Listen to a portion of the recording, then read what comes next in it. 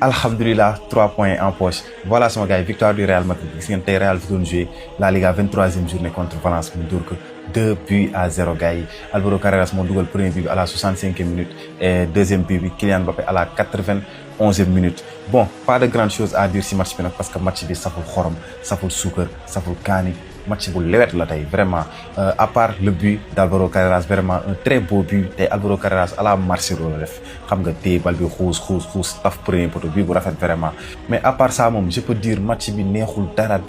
premier mi-temps bi sax man avant mu jeex commencé woon naa gëmmentu xam nga mooy loolu Real moom vraiment instant bi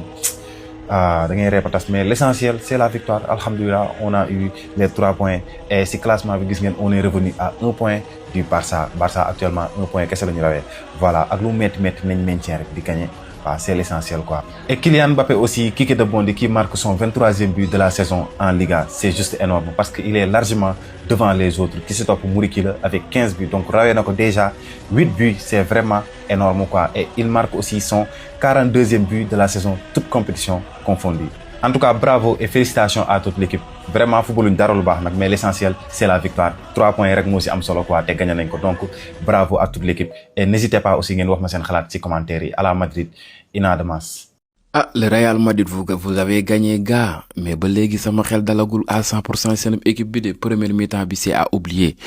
Gis nañ né Valence a été un peu dangereux sen côté équipe bi nga xamné je pense 16e la jël. xaw leen sonal ci premier mi-temps bi grâce à l'exploit de Carreras exploit individuel am peut-être moo leen jàppale à ce que ngeen mener 1-0 mais offensivement on a senti qu'il y avait Kylian Mbappé qui était dangereux devant l'adversaire mu ngi noone mu doon équipe boo xam ne on sent pas une créativité ci milieu de terrain bi fluidité des na am carrément Real Madrid a besoin d'un milieu créatif un milieu créateur benn milieu boo xam ne relayeur boo xam ne il est créatif boo xam ni capable na di tenir le ballon di créer du jeu indi link entre le milieu de terrain et la défense et l'attaque mais malheureusement on le sent pas pour le moment c'est pas xawma nak dañoo war a recruter soit ben Vitinha wala ben Szoboszlai wala comme ci mën ci doon en tout cas Real Madrid a besoin de se résister mu ngi noonu pour mieux avancer passer ben cap ci seen football en tout cas li sama défaite Marseille bi di metti yëpp tey man daa mel ni jaaykatu lekk yi dañ maa yërëm ku ci mel ni Le Cadior defal ma mën naa ni ma plateau salé bu mool boo xam ne te plateau salé dama leen ci conseil koor gaa ngi ñëw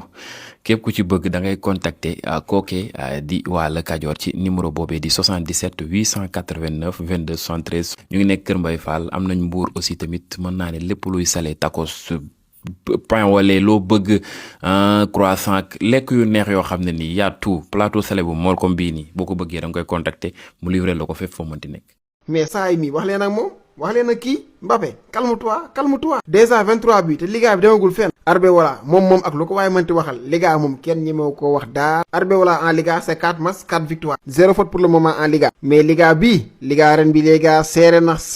Real neen du may Barça dara heure Barça demee mu ne ko maa ngi ñëw fekk si waat Barça sasaat ko rek. voilà les gars c'est fait tey Valence moo doon dalal Real Madrid Real fekk ko biir dëkkam dóor ko 2-0 grâce à un but de Carreras et un autre but signé. Est-ce que jar na muy wax turam encore lui encore moom Kylian Mbappé toujours lui encore buteur et Carreras élu homme du match. tey Real a joué sans Vini suspendu pour cumul de cartons et aussi sans Rodrigo blessé et aussi sans Bellingham. Malgré tout ça le Real Madrid a réussi à s'imposer 2-0 contre Valence à Mestalla. nekk nag 3 points am solo pour Real Madrid pour la course au titre parce que permettre na leen ñu ñëwaat à 1 point du FC Barcelone. donc c'est très loin d'être terminé Liga bii nii xaajugul sax bay jeex et félicitations au merengue félicitations pour cette très belle victoire. alhamdulilah gars yi alhamdulilah waaw nii rek la bu dëkkandooy gagné rek yéen tamit gagné leen ñu def leen nii rek championnat bi jeexagu naa match yi des na nee naa leen yooxu mën na jub fu ñu ko foogewul kon nag mu ngi noonu gars yi alhamdulilah tey gagné nañ suñu 23e match contre Valence 2-0 te xam ngeen ni jouer Valence yombul kat Valence fekk ko à domicile wax dëgg yàlla yombul mais nag alhamdulilah l'essentiel mooy gagné jël nañ 3 points 2-0 avec un but de Álvaro Carreras qui a fait un match extraordinaire et aussi un but de mënul ñàkk mooy Kylian Mbappé rek. En tout cas, Álvaro Carreras a fait un très bon match. Dans l'ensemble, je ne vais pas dire que on a fait un très bon match. On a fait un mauvais match. On a fait un match à notre niveau parce qu'actuellement, mon niveau Real Madrid est pas grand. Mais l'essentiel, c'est de gagner, j'ai 3 points. Nous devons jouer avec l'équipe équipe bu xam si ni saa yi xool coow rek lay wut taw ñu coow ñoom waa Valence mais heureusement tey fekk fi seen copain Vinicius te xam naa su fekkoon Vinicius moom coow li ni kur coow li dafay mais alhamdulilah fekk fi Vinicius kenn talu leen coow ñi nekk terrain taluñu leen ñëw nañ football li ñu war a football heureusement gagné nañ dem na suñu yoon et vraiment masterclass à Alvaro Carreras vraiment il a fait un très bon match et le retour aussi de Trent Alexander-Arnold aussi c'est à souligner wax dëgg yàlla waaw bi yàlla nañ niveau bi gën a amélioré parce qu'on a besoin de lui vraiment et il y a pas grand chose à dire franchement l'essentiel daal mooy jël nañ 3 points mooy l'essentiel alhamdulillah prochain adversaire contre Real Sociedad il faut enchaîner 4 victoires pour Alvaro Arbeloa Niamala am na 4 victoires gars yi 12 points possibles yéen a gën a xam mais nag bon actuellement puisque c'est difficile un peu au niveau du comment dire côté Real Madrid mais pas de souci en tout cas Real Madrid ina damas gars yi Sociedad inchallah maa lay xaar Bernabéu. Homme du match ba Alvaro Carreras gars yi tey wax dëgg yàlla match bu extraordinaire la def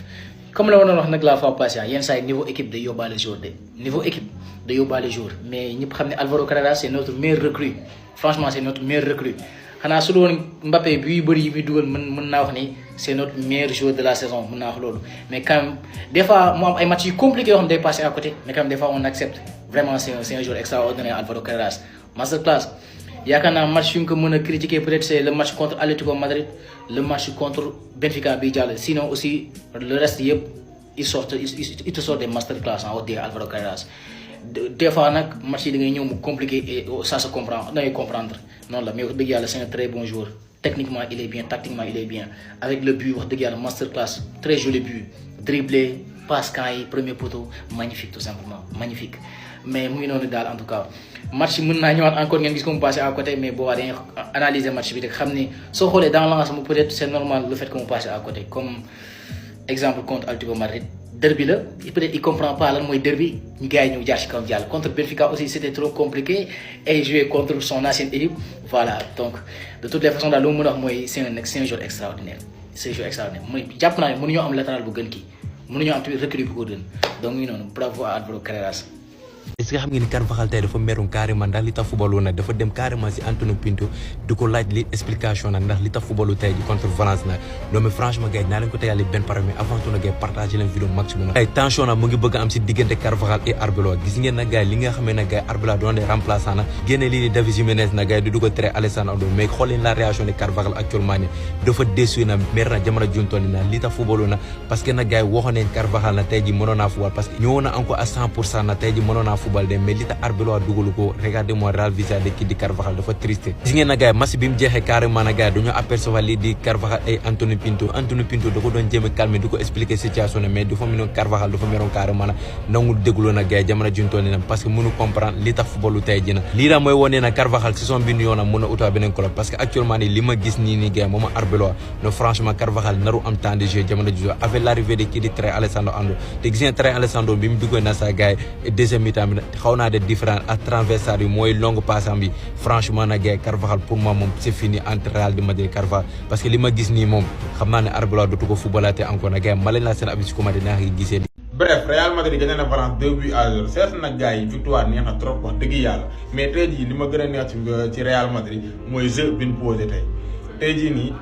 maanaam Real Madrid mën nañu carrément match bu complet la def défensivement qu'offensivement parce que nag gars yi le Real Madrid aujourd'hui a été tactiquement très discipliné parce que tey jii gis nañu ku nekk sa rôle yaa ngi doon doxal te maanaam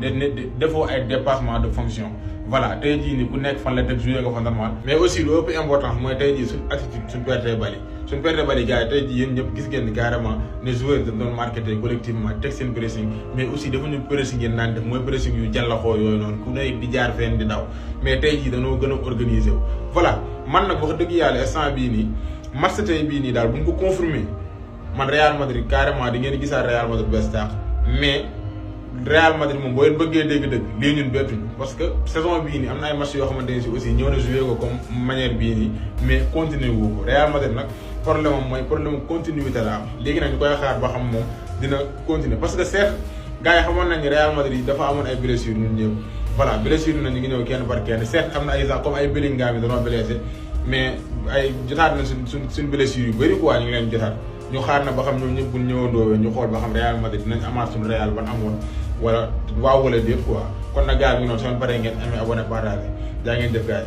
yi. sama gars yi alaa ma si commentaire yi képp kuy fan sa Real Madrid gars yi képp kuy supporter équipe bii nii te nga kontaan si victoire bi tey ñoo bind à la Madrid si commentaire les gars Real moo gagné Valence 2-0 les gars. mais aussi gars yi kii nii de Alvaro Carreras yam na waa Valence quoi bi mooy deuxième bitam avec le Real Madrid premier bitam mu ngi ko dugaloon contre le Valence aller tey tamit deuxième bitam mu dugal ko contre Valence retour en tout cas yam na waa Valence. mais aussi gars yi imaginez qui est de retour. Trent Alexander-Arnold qui est de retour gars yi en tout cas lii moom fan sa Real Madrid yëpp kontaan nañ. mais aussi gars yi jëmm ji nii di Kylian Mbappé kii bit yomb na si moom Kylian Mbappé ban défenseur moo ko mën a arrêté quoi ban défenseur. mais gars yi xool leen performance Kylian Mbappé ak Real Madrid saison ren bi dugal na 38 bi si 31 matchs ba pare def 5 passes décisives. donc mi ngi noonu sama gars yi Real Madrid gagné na Valence yéen a ma gën a xam à la Madrid si commentaire yi fan sa Real yi ñi nga xam ne Real lañ leen di topp donc ñoo leen si commentaire yi bind à la Madrid te ngeen abonné partagé vidéo bi gars yi bu fekkee kontaan ngeen ci victoire